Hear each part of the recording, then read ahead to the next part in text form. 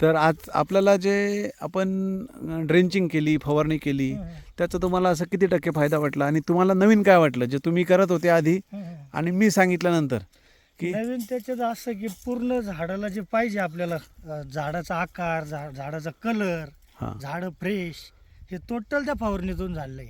बरोबर. याच्या अगोदर मी केलंय, यूज केलं मी फवारणी, पण एवढा इफेक्ट वाटला नाही. हां म्हणजे तुम्ही ज्या पद्धतीनं सांगितलं भाऊ या टायमिंगला हे करा ते करा, आता हे ठिबक वगैरे हे सगळं तुमच्या पद्धतीने केलं नाही, ड्रिपर बरोबर. हां आपण हे लांब केले ट्रिप हो, तुमचे अंतर सांगितलं त्या मापावर केलं नाही. पहिलं खोडाजवळ होतं, एकदम खोडाजवळ, त्याच्यामुळे आपल्याला पिवळे होत होते झाडं. झाडं पिवळे होत होती आणि ती मुळी खोदली मग ती गाठी निघायच्या. हां निमेटोड. हा, आता ती मुळी पार इथपर्यंत आली. हो हो.